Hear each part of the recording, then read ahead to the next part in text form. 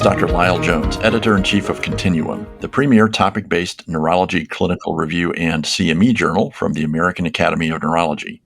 Thank you for joining us on Continuum Audio, which features conversations with Continuum's guest editors and authors who are the leading experts in their fields.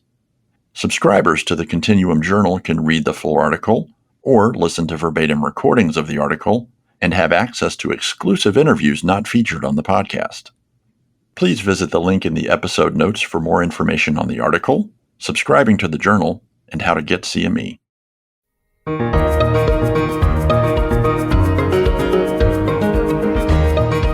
This is Dr. Teshamae Monteith, Associate Editor of Continuum Audio.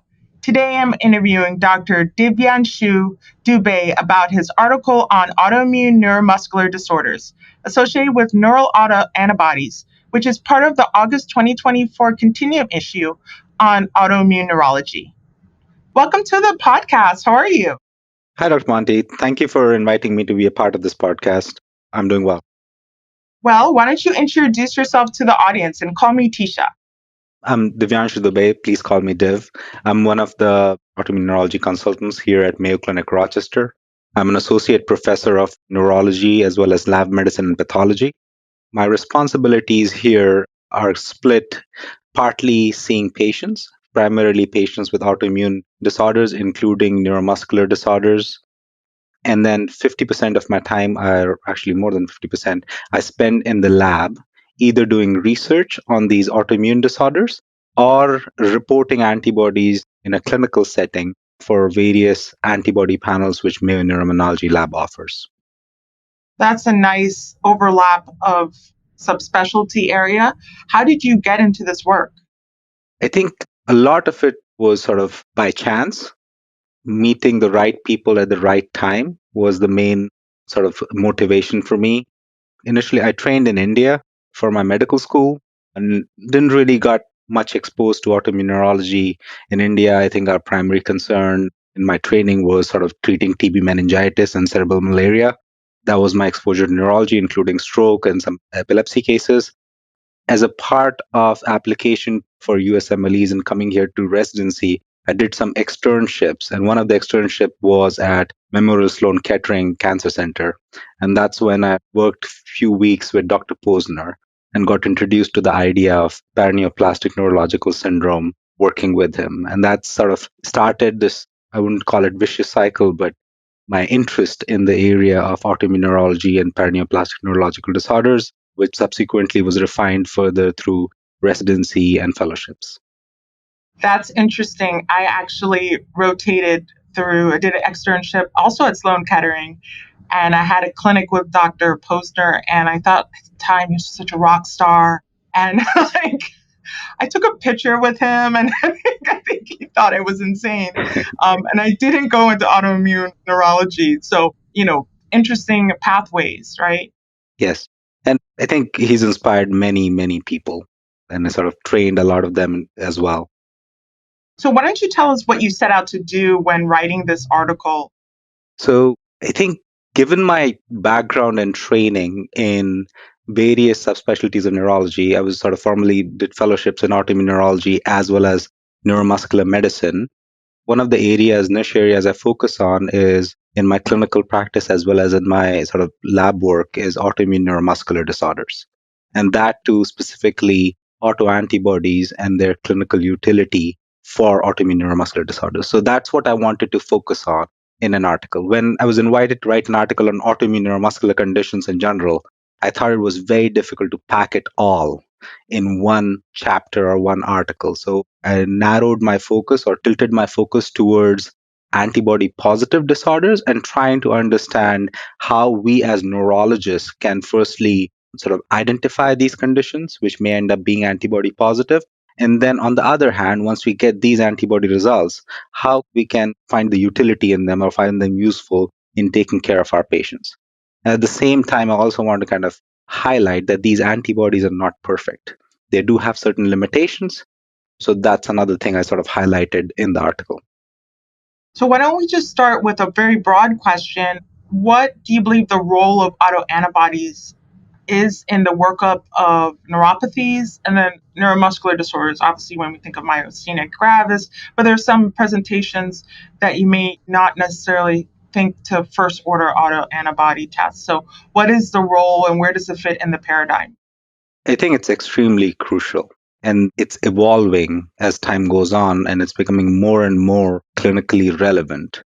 Let's say 3, 4 decades ago, the number of biomarkers which were available were very limited and only a handful. And there has been a significant increase in these biomarkers with growing utilization of newer techniques for discovery of antibodies and more people jumping into this field, trying to not only discover, but try and understand and validate these biomarkers, what they truly clinically mean. These antibodies, like you pointed out, ones for myasthenia, such as acetylcholine receptor binding antibodies or MuSK antibodies, they can be extremely helpful in clinical diagnosis of these patients. We all know the importance of EMG in managing our patients with neuromuscular disorders. But oftentimes, EMG nerve conduction studies are often not available at every center. In those scenarios, if you have antibodies with very high clinical specificity and you're seeing a patient on examination whom you're seeing ptosis, fatigable ptosis, a double vision, you're suspecting myasthenia, you send antibodies and they come back positive. It brings you closer to the answer that may in turn require you to refer to a patient to a place where you can get high quality EMGs or high quality care. In addition to getting to the diagnosis, it also sometimes leads you in directions to search for what is the trigger. A good example is all these paraneoplastic neurological syndromes, which we sort of started our conversation with, where once you find a biomarker, such as anti-Hu antibodies or CRIMP5 antibodies in a patient with paraneoplastic neuropathies, it can direct the search for cancer. These are the patients where specifically these two antibodies, small cell lung cancer is an important cancer to rule out. They require CT scans, and if even those are negative, considering PET scans, so we can remove the inciting factor in these cases. And then lastly, it can guide treatment. Depending upon subtypes of antibodies or particular antibodies, it can give us some idea what is going to be the most effective treatment for these patients. I think paraneoplastic syndromes are a very good example of how autoantibodies can help guide treatment. But what other examples can you provide for us? Yeah, so I think one of the relatively recent antibody tests which our lab has started offering is biomarkers of autoimmune neuropathies. These are neurofascin and contactin, and those are great examples which can target or guide your treatment. I personally, in the past, have had many CIDP patients before we were offering these testings where we used to kind of start these patients on IVIG. They had the typical electrodiagnostic features which would qualify them for CIDP. They did not show any response. In many of these cases, we tried to do sort of clinical testing or sort of research based testing for neurofasciin contactin back in the day, but we didn't have this resource where we can sort of send the blood, hopefully, and within a week get an answer whether these patients are autoimmune neuropathy or not.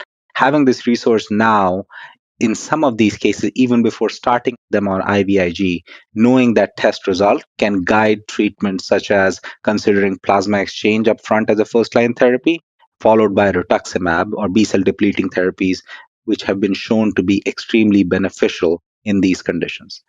And it is not just limited to neurofascin or contactin, which are predominantly IgG4 mediated condition, but the same concept applies to other IgG4 mediated diseases such as MuSK myasthenia, where having an antibody result can guide your treatment towards B cell depleting therapies instead of sort of trying the typical regimen that you tried for other myasthenia gravis patients. And you mentioned where I was reading that sometimes nerve conduction studies and EMG can be useful to then narrow the autoantibody profiles. Oftentimes in the inpatient service, we order the autoantibodies much faster because it's sometimes harder to access EMG nerve conduction studies. But talk about that narrowing process. Yeah. And it goes back to the point you just made where we end up sending sort of sometimes, and I'm guilty of this as well, where we just send antibodies incessantly, even knowing that this particular patient is not necessarily likely to be an autoimmune neurological disorder. And that can be a challenge. Even if the false positive rate for a particular test is, let's say, 1%, if you send enough panels, you will get that false positive result for a particular patient. And that can have significant effects on the patient, not only unnecessary testing or imaging, depending on what type of antibody it is, but also exposure to various immunotherapies or immunosuppressive therapies. It's important to recognize red flags. And that's one of the things I've focused on in this article is talking about clinical as well as electrodiagnostic factors which make us think that this might be an autoimmune condition, and then subsequently we should consider autoantibody testing. Otherwise, we can be in a situation, that 1% situation, where we may be sort of dealing with a false positive result rather than a true positive result. In terms of EMGs, I think I find them extremely useful, specifically for neuropathies, distinguishing between demyelinating versus axonal, and then catering our antibody ordering practices towards specific groups of antibodies which are associated with demyelinating neuropathies, if that's what the electrophysiology showed, versus if it's an axonal pathology, considering a different subset of antibodies. And that's going to be extremely important. You're already getting to my next question, which is what are some of the limitations of autoantibody testing? You mentioned the false positivity rate. What other limitations are there? So I think the limitations are both for seropositive as well as seronegative patients. As a neurologist, when we see patients and send panels, we can be in challenging situation in both of those scenarios. Firstly, thinking about seropositives, despite sort of the growing literature about neurology and antibodies, we have to be aware, at least to some extent, about what methodologies are being utilized for these antibody tests. And what I mean by that is knowing when you're sending a sample to a particular lab, the methodology what they're utilizing, is that the most sensitive, specific way to test for certain antibodies. We've learned about this through some of the literature published regarding MOG and aquaporin 4, which has demonstrated that these antibodies, which we suspect are cell surface antibodies, not only generate false positive but also false negative results if they are tested by Western blots or ELISAs. Similar can be applied to some of the cell surface antibodies we are investigating on the autoimmune neuromuscular side. We have some sort of unpublished data regarding that for neurofasciin 155. Secondly, it's also kind of critical when you're getting these reports to kind of have a look at what type of secondary antibodies are being utilized. An example being, we talked about neurofasciin 155, and I mentioned these are IgG4 predominant diseases. So testing for neurofasciin IgG4 and knowing that particular patient is positive for IgG4 rather than neurofasciin pan IgG, that's an important discrimination, an important information for you to know. Because we have seen, at least in my clinical practice, that patients who are positive for neurofasciin IgG4 follow the typical story of autoimmune neuropathies. The ones who are not, who are just neurofasciin 155 IgG positive, oftentimes can have wide-ranging phenotypes. The same applies to neurofasciin 155 IgMs. And then, not for all antibodies, but for some antibodies, titers are important. A good example of that is alpha 3 ganglionic receptor antibodies, which we utilize for while we are taking care of patients who have autoimmune dysautonomia. And in these cases, if the titers of the antibodies are below 0.2 nanomoles per liter, usually those don't have a high specificity for AAG diagnosis. So I get referred a lot of patients with very low titers of alpha 3 ganglionic receptor antibodies, where the clinical picture does not at all look like autoimmune autonomic ganglionopathy. So that's another thing to potentially keep in mind. And then on the seronegative front, it's important to recognize that we're still sort of seeing the tip of the iceberg as far as these antibodies or biomarkers are concerned, specifically for certain phenotypes such as CIDP. If you look at the literature, depending upon what demographics we are looking at or sort of racial profiles we are looking at, the frequency of these autoimmune neuropathy biomarkers range from 5% to 20%, with much higher frequency in Asian patients. So a good chunk of these diseases are still seronegative.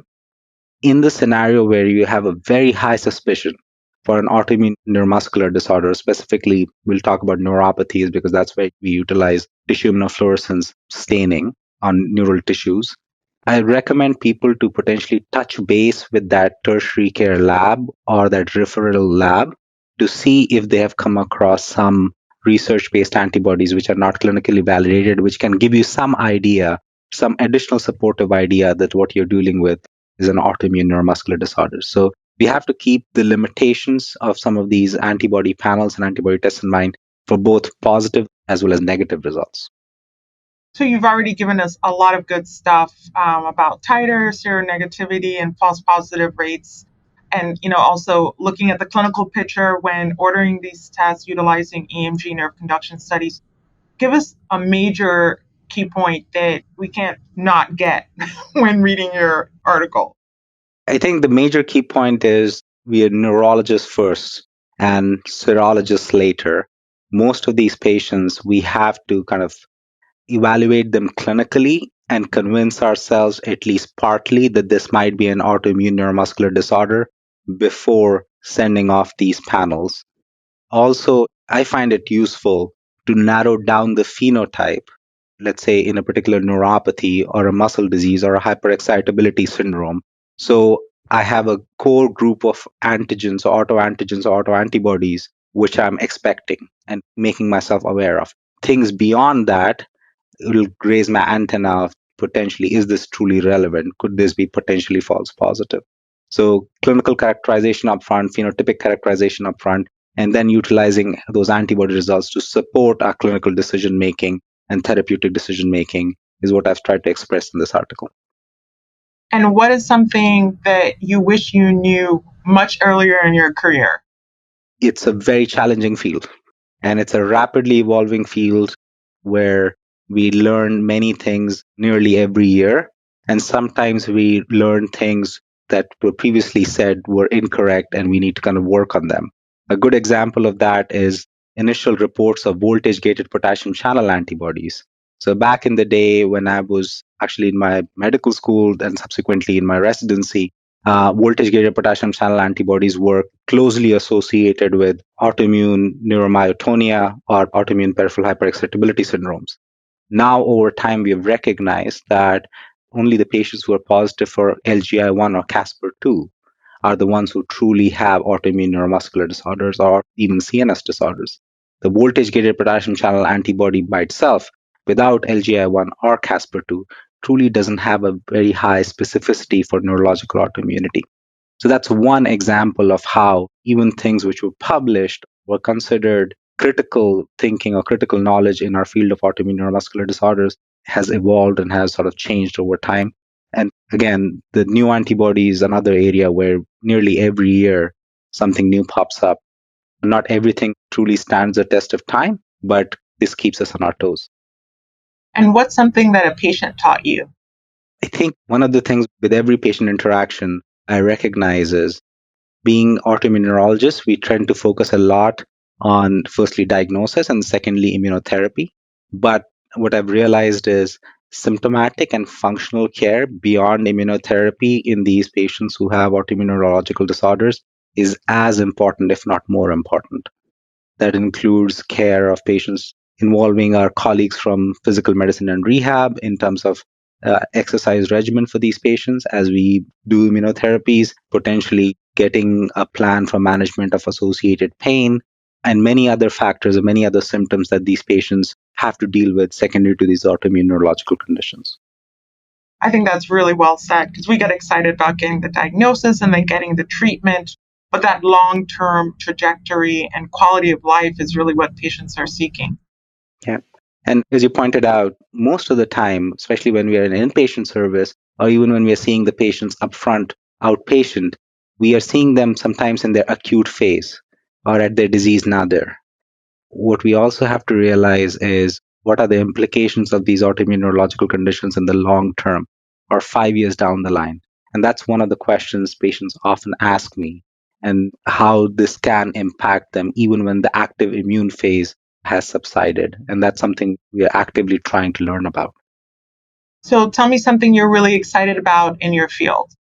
I think, firstly, which is pretty much the topic of my entire article, is novel antibodies and new biomarker discoveries. It's very exciting. We're actively ourselves involved in this space. The second thing is better mechanistic understanding of how these antibodies cause diseases. So we can not only understand diseases, we can also try and understand how to target and treat these diseases. This is being actively done for various disorders. One of the disorders which sort of continue to remain a challenge are T cell mediated diseases, where these antibodies are just red flags or biomarkers and not causing the disease, but it's potentially the T cells possibly attacking the same antigen, which are causing disease process. And those are often the more refractory and harder to treat conditions.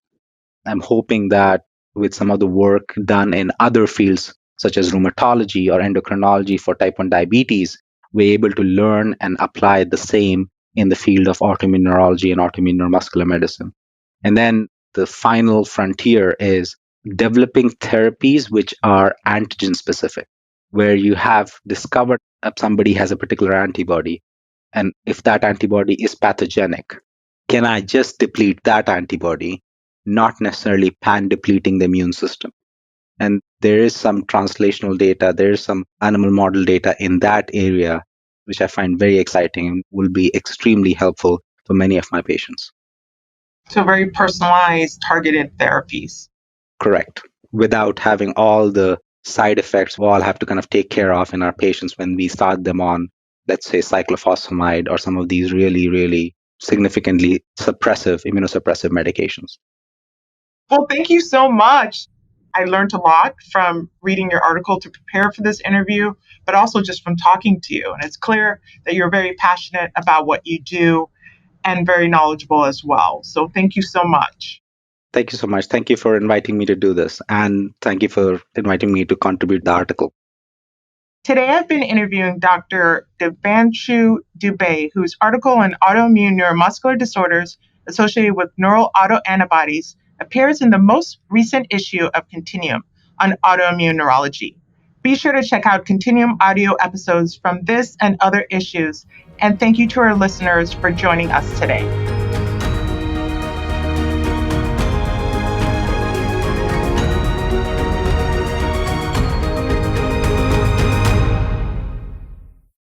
This is Dr. Teshamae Monteith, Associate Editor of Continuum Audio.